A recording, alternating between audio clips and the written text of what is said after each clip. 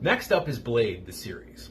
Those of you who know me may be surprised by this choice, since I'm not an unqualified fan of the Blade movie trilogy, like the original. But like the Alien Nation series, which dove headfirst into the premise hinted at by its parent film, and thus stayed true to its roots while establishing its own identity, Blade, the series, was determined to be its own bad self, from the first frame of the pilot to the conclusion of its 13th and final episode. The series is the story of Krista Starr, a tough but hot Iraqi vet, hell-bent on discovering who murdered her troubled brother Zach. Her investigation leads to a wealthy Detroit socialite named Marcus Van Sciver, who just happens to be the absolute ruler of the local vampire. Trying to kill Sciver, she encounters Blade, a human-vampire hybrid who lives to exterminate everything with pointy teeth. The two enter into an uneasy alliance, peril alliance, to bring down Sciver, which becomes all the more perilous when the uber-vamp takes a shine to hot Krista and turns her. Krista struggles to adjust to life as a bloodsucker and double agent while simultaneously fighting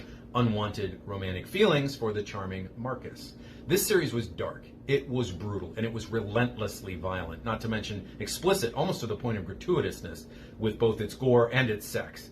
And oftentimes it was difficult to find a sympathetic character anywhere. Blade, who speaks in a growl and has 3 facial expressions, sneer, snarl, and glare, is a borderline psychopath and not always easy to root for. He doesn't just kill vampires, he kills their human servants, the familiars, and he often does it with a great deal of sadism. And the truth is that Blade is more than a bit of a bully, somewhere to the right of Wolverine and only just short of the Punisher in terms of his obsessive, pitiless fanaticism. But moral flaws aside, this show was a beautiful aesthetic experience.